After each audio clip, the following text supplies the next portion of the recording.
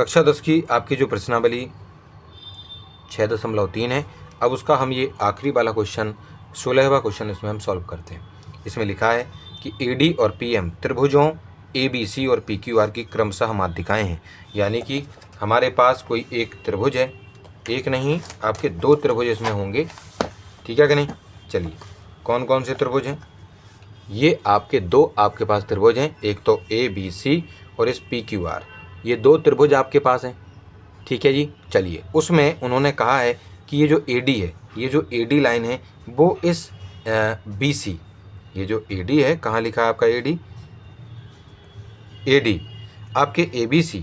आप ABC में आपकी जो है यहाँ पर माध्यिका है, इस BC की माध्यिका हो गई, ये जो AD लाइन है। और ये जो PM है, ये जो P से लेके M है, वो इस PQR वाला जो त्रिभुज है, PQR वाला त्रिभुज है, इसकी किसी एक भुजा का क्या है आपका माध्यिका है ये PM। माध्यिका का मतलब क्या होता है बच्चों, माध्यिका का मतलब ये होता है कि जिस किसी की भी, जैसे इस BC लाइन की माध्यिका माना है हमने इस AD को, तो ये जो AD है इसको बराबर हिस्सों में बांट देगी, यानी आधा ये हो जाएगी, इस BC का आधा ये होगा और इस BC का आधा ये होगा, यानी BD भी आपकी BC की आधी होगी और आपका ये जो CD है वो भी इस BC का आधा होगा,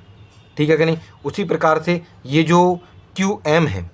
ये जो QM है वो इस पूरे QR का आधा होगा और ये जो RM है वो भी आपके इस पूरे QR का आधा होगा। यही काम करता है वो, आधा आधा इसको बांट देते बराबर बराबर, कौन, आपकी माध्यिका यानी कि मीडियन, ठीक है जी। चलिए तो इतना हमें ये जो दिया गया था उसको हमने समझा। उसके अलावा उन्होंने कहा है कि आपके ये जो त्रिभुज हैं, आपके जो ये ट्राइंगल हैं, कौन कौन से ट्राइंगल, ABC ये वाला, ये पूरा ABC, और ये जो PQR है ये वाला, ये दोनों के दोनों त्रिभुज आपस में सिमिलर यानी कि समरूप हैं, वही उन्होंने बता रखा है, ठीक। तो उन्होंने कहा कि आपको ये प्रूव करना है, ये सिद्ध करना है कि जो AB बटे PQ है, AB और बटे में ये जो PQ है, इनका जो अनुपात है वो बराबर आपको करना है AD और PM के, यानी AD और PM के। यानी कहने का मतलब ये है कि अगर हम कहीं से ABD, ये जो ABD है और ये जो PQM है, इन दोनों के दोनों त्रिभुजों को अगर हम कहीं से समरूप सिद्ध कर पाएँ, ठीक है जी, तो इनकी जो संगत भुजाएं हो जाएंगी AB और जो है PQ, और AD और PM उनका जो अनुपात है वो बराबर हो जाएगा। तो हमें करना क्या है, केवल इन दोनों त्रिभुजों को आपस में समरूप सिद्ध करना है, सिमिलर प्रूव करना है। तो ऐसा करने के लिए सबसे पहली चीज़ हमें क्वेश्चन में अपने यहाँ पर बता दिया गया है कि त्रिभुज ABC और PQR, ABC और PQR आपस में क्या है, ये दोनों के दोनों आपस में हैं आपके समरूप यानी कि सिमिलर। तो इस वजह से जब ये दोनों के दोनों आपस में होंगे समरूप यानी सिमिलर होंगे, ठीक है कि नहीं, तो हम सभी जानते हैं कि we know that the corresponding sides of similar triangle are proportional. यानी कि मतलब ये होता है कि हम सभी जानते हैं कि समरूप त्रिभुजों की जो संगत भुजाएं वो समानुपाती होती हैं। यानी कि ये जो त्रिभुज थे, ये दोनों के दोनों जो त्रिभुज थे, इनकी जो संगत भुजाएं होंगी यानी AB और जो PQ है, यानी AB और PQ का जो अनुपात होगा वो आपके AC और PR के अनुपात के बराबर होगा। और साथ में ही आपका ये जो BC है और जो QR है, BC और QR का अनुपात भी आपस में बराबर हो जाएगा। तो इसको हम अपना पहला वाला समीकरण माने, ठीक है जी। चलिए उसके बाद छात्रों, इतनी चीज़ें जब हमें पता लग चुकी हैं तो मुझे एक बात बताइए, हमारा जो AB है और हमारा ये जो PQ है, ये दोनों के, अच्छा इसके बाद थोड़ी सी चीज़ों को और हम इसमें देखते हैं, क्योंकि ये समरूप हैं दोनों, तो इनके जो संगत कोण हैं वो भी बराबर होंगे, यानी एंगल A और P बराबर होगा, एंगल A और P बराबर होगा, एंगल R और एंगल C भी बराबर होगा, एंगल C और R भी बराबर है, और एंगल B और एंगल Q भी बराबर है, एंगल B और एंगल Q भी बराबर है। अब मुझे एक बात बताइए, आपके ये जो त्रिभुज हैं, ये AB, तो हमने क्या किया है, ये जो दोनों त्रिभुज हैं उनको हमने यहाँ पर बना के आपके सामने रख लिया है। अब इसमें क्योंकि छात्रों, जैसे कि ये जो ABC है और ये जो PQR है, इनकी मदद से कुछ चीज़ों का हमें पता लगा था। क्या पता लगा था, कि जो आपका एंगल B है, ये जो आपका एंगल B है, देखिए एंगल B इस वाले में, और इस वाले में जो एंगल Q है, ये दोनों आपस में भाई साहब बराबर थे, और जब ये दोनों आपस में बराबर थे, ठीक है, और साथ में ए बी और पी क्यू, ए बी और पी क्यू इनका अनुपात भी हमें बराबर पता है। अब हमें केवल एक छोटा सा काम करना और बाकी है। अगर हम कहीं से बी डी और क्यू एम का अनुपात भी अगर बराबर कर लें तो ये दोनों के दोनों त्रिभुज हमारे आपस में क्या हो जाएंगी,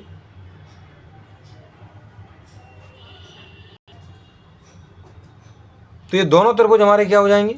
समरूप हो जाएंगे, यानी सिमिलर प्रूफ हो जाएंगे। और जब ये दोनों त्रिभुज हमारे समरूप यानी सिमिलर प्रूफ हो जाएंगे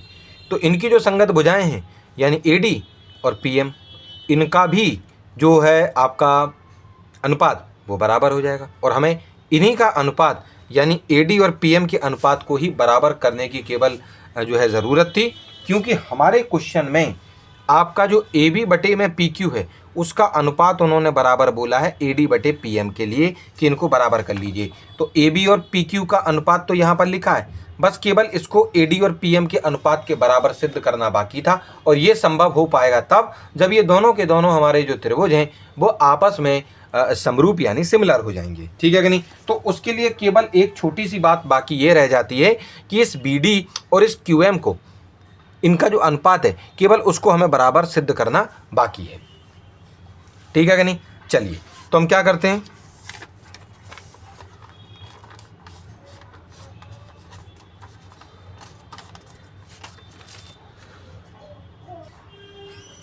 अब उसके बाद छात्रों इसमें क्या है कि देखिए, अब क्योंकि हमें तो ये पता था ही, शुरुआत में ही हमने आपको क्वेश्चन में बताया था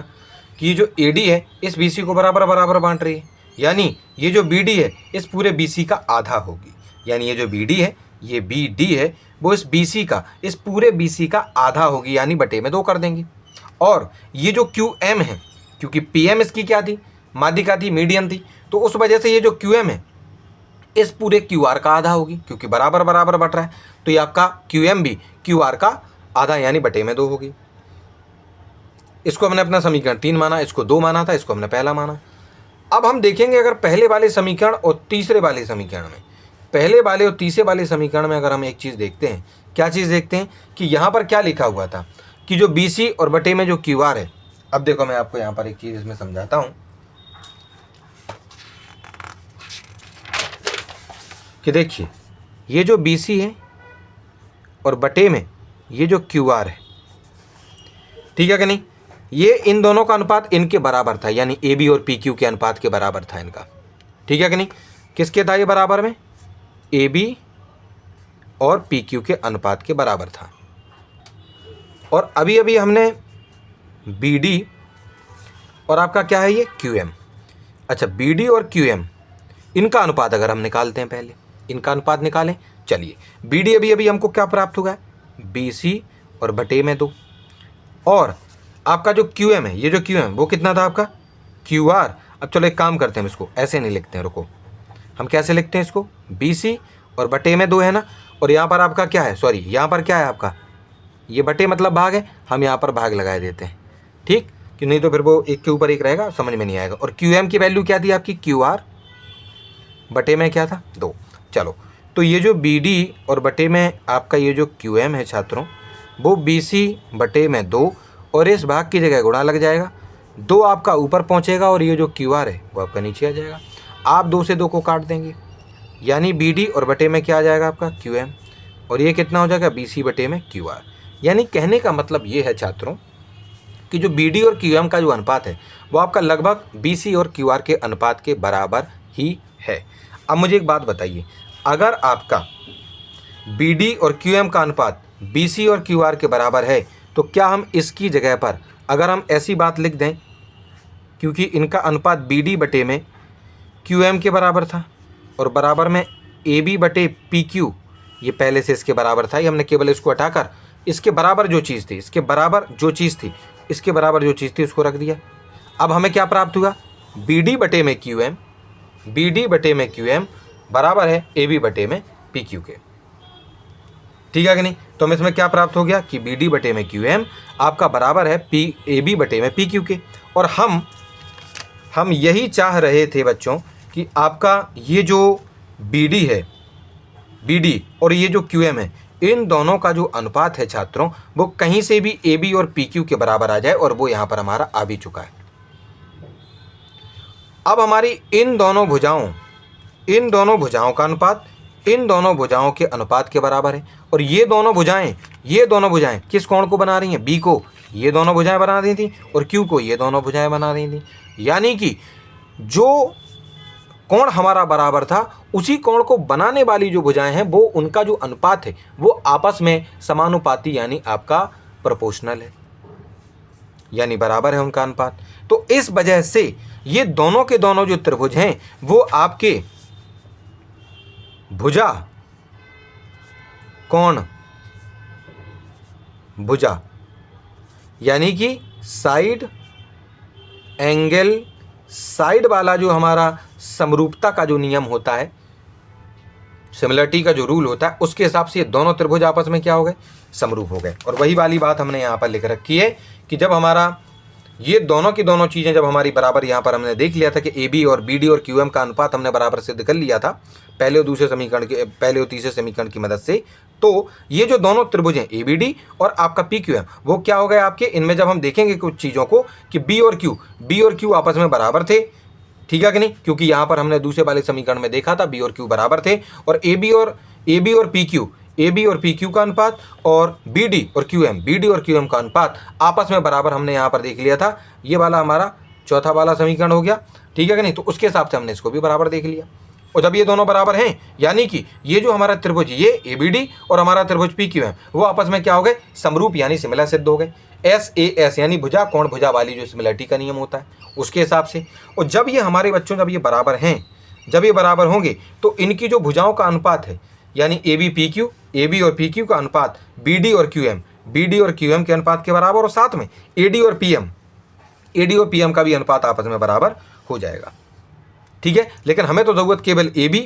और PQ का जो अनुपात है वो BD और QM के अनुपात के बराबर ही चाहिए था। ये साथ में अगर आपसे पूछा जाता तो उसको भी आप यहाँ पर बराबर लिख देते, कोई दिक्कत नहीं, ठीक है जी। तो इस प्रकार से आपका ये वाला जो क्वेश्चन है वो बच्चों आपका इसमें सॉल्व हो गया है।